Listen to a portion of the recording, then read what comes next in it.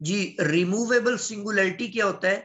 If the principal part, अच्छा आपको याद होगा मैंने लॉरेंट्ज सीरीज डिफाइन की थी पिछले लेक्चर में। अगर आपको पिछला लेक्चर तैयार है तो मैं उसको थोड़ा सा रिवाइज कर देता हूं कि जो लॉरेंट्ज सीरीज थी उसके दो पार्ट्स थे। एक पार्ट में तो हमने इस तरह से लिखा था ए नॉट जी और A1 जी स्क्वेयर, ठीक है, और A2 जी का क्यूब, ठीक है। इसी तरह अप टू सो ऑन चलते जाएंगे, आगे की तरफ टर्म्स मिलती जाएंगी। इसी तरह इससे अगर पीछे हटते हैं तो इस तरफ आपको B1 ओवर जी और plus B2 divided by z square, इसी तरह अप टू सो ऑन, ये भी इसी तरह पार्ट चलता जाएगा। ये जिनके बटे के नीचे जी था इसको हमने कहा था कि ये प्रिंसिपल पार्ट है। लॉरेंट सीरीज का ये प्रिंसिपल पार्ट होता है जिसमें जी जो होता है ये बटे के नीचे आ जाता है, और ये जो जिसमें जी स्क्वायर बटे के ऊपर था ये सारा पार्ट जो है एनालिटिक पार्ट कहलाता है। अब ये जो आइसोलेटेड सिंगुलैरिटी है इसकी जो टाइप्स हैं वो हमने लॉरेंट सीरीज के प्रिंसिपल पार्ट से बनानी है, ठीक है। अच्छा उस लेक्चर में यहाँ पर ना z माइनस जी नॉट लिखा हुआ था, मैंने जस्ट z लिख दिया सिर्फ आपको रिमाइंड करवाने के लिए। तो मैं ये बात कर रहा हूं कि ये जो अभी आइसोलेटेड सिंगुलैरिटीज हम डिफाइन करने जा रहे हैं ये सारी की सारी बेस करती हैं इस प्रिंसिपल पार्ट के ऊपर, ठीक है। तो देखते हैं हम किस तरह से ये प्रिंसिपल पार्ट हेल्पफुल होता है। If the principal part of f of z at z naught consist of no term, मतलब ये पूरे का पूरा प्रिंसिपल पार्ट हो ही जीरो, ठीक है। तो then z naught is called removable singularity, तो ये उसकी रिमूवेबल सिंगुलैरिटी कहलाएगी। या फिर इन अदर वे आप ये भी कह सकते हैं कि if z naught is removable singularity then f of z naught is not defined but its limits, यहां पर इंफिनिटी नहीं आता, यहां पर जी नॉट आता है। जी नॉट पर उसकी लिमिट तो एग्जिस्ट कर जाए लेकिन वैल्यू आप फाइंड ना कर सके। जैसे मिसाल के तौर पर ये नीचे मैंने एक फंक्शन लिखा हुआ है, इस फंक्शन के अंदर अगर आप जीरो पुट कर लेते हैं तो बटे में जीरो होने की वजह से या जीरो बटा जीरो फॉर्म बन जाएगी, वो इनडिटर्मिनेट होगी, वो डिफाइन नहीं है। लेकिन इसकी लिमिट अगर आप लें तो वो 1 होती है। ये आपको पता होगा, ये ऑलरेडी हमने एफएससी लेवल से पढ़ते आ रहे हैं कि ये जो लिमिट होती है z approaches to 0 sine z over z, ये लिमिट हमारे पास 1 होती है। तो अब देखें लिमिट अप्रोच कर गई लेकिन इस फंक्शन की एक्चुअल वैल्यू डिफाइंड नहीं है। तो इस तरीके से भी आप इसको मालूम कर सकते हैं, लेकिन प्रिंसिपल पार्ट को हमने समझना है। अभी देखें ये जो बटे के नीचे जी है उसको मैंने ऐसे ही लिख दिया साइन जी की मैक्लॉरन सीरीज। पिछले लेक्चर में मैंने ये सारी सीरीज आपको लिख कर दी थी और मैंने कहा था कि इनको जबानी आप याद कर लें क्योंकि आगे हमने बहुत ज्यादा इस्तेमाल करना है, तब उनका इस्तेमाल है यहाँ पे। तो जिन्होंने याद नहीं किया मजीद इसको याद करें जी। अब इसकी हर टर्म को इस 1 ओवर जी को अंदर मल्टीप्लाई करेंगे तो इनमें से एक जी की पावर कैंसिल हो जाएगी, ये जी कट जाएगा, इधर 1 आ जाएगा। ये जी स्क्वायर जी क्यूब था जी स्क्वायर बन जाएगा, Z5 है तो Z4 आ जाता है, Z7 है तो ये Z6 आ जाता है। अब आप देख लें कि ये जो आपको ये जो एक्सपेंशन मिली है इस पूरी सीरीज के अंदर कोई भी ऐसी रकम मौजूद नहीं है जिसके बटे के नीचे जी हो। तो ये सारे का सारा एनालिटिक पार्ट है, इसमें प्रिंसिपल पार्ट है ही नहीं। तो इससे ये बात पता चलती है कि ये जो फंक्शन है ये रिमूवेबल सिंगुलैरिटी रखता है जीरो के ऊपर जी। नेक्स्ट आपके पास टाइप्स ऑफ आइसोलेटेड सिंगुलरिटीज में second type essential singularity. Essential singularity क्या होता है? If the principal part of f of z at z naught contains infinite number of terms.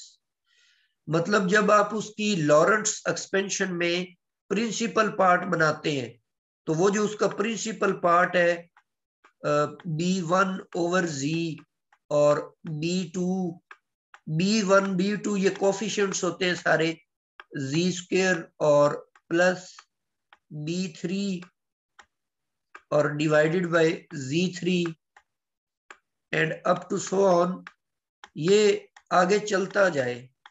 इसमें जो नंबर ऑफ टर्म्स है principal part में वो infinite हो तो उस सूरत में जी नॉट जो है वो एसेंशियल सिंगुलरिटी कहलाएगा, ये उसकी एसेंशियल सिंगुलरिटी होगी। जैसे मिसाल के तौर पे e raise to power 1 over ji.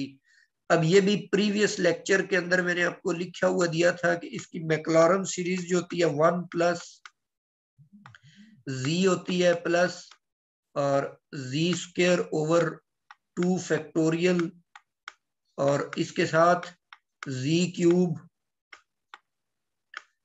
Cube divided by 3 factorial and up to so on, ये इसी तरह चलता जाएगा।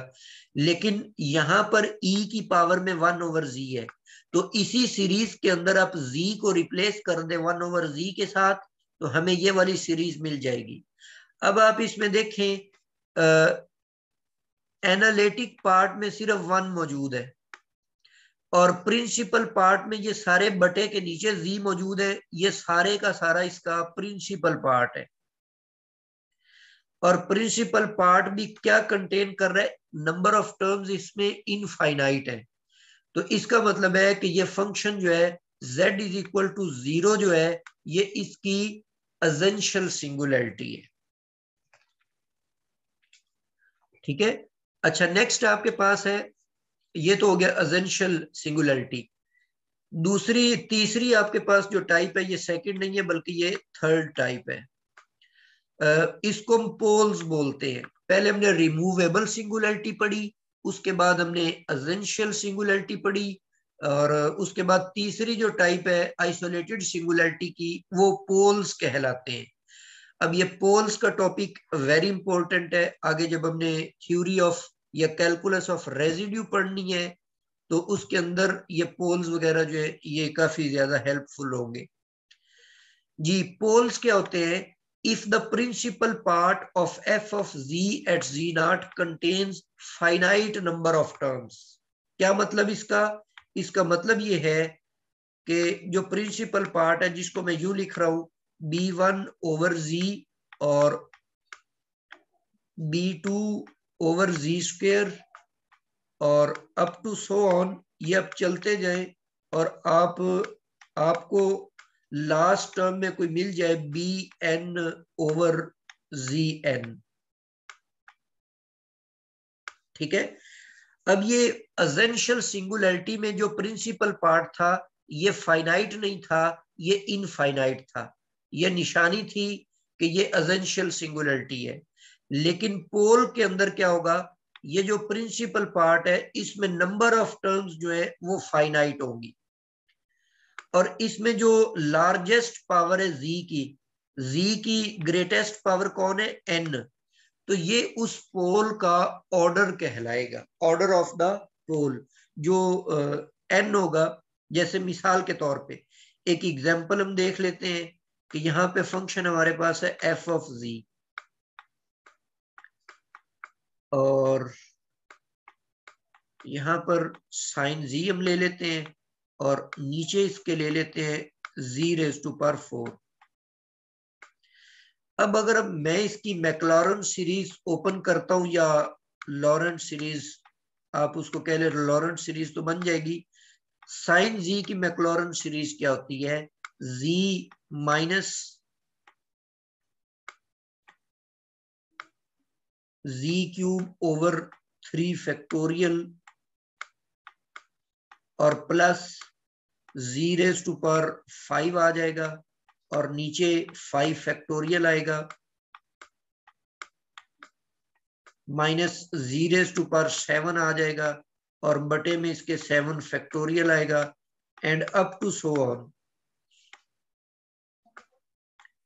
अब ये 1 over z raise to power 4 को अगर आप मल्टीप्लाई कर देते हैं इन सब के साथ तो ये z के साथ कट जाएगा, तो ये आपके पास z3 आ जाएगा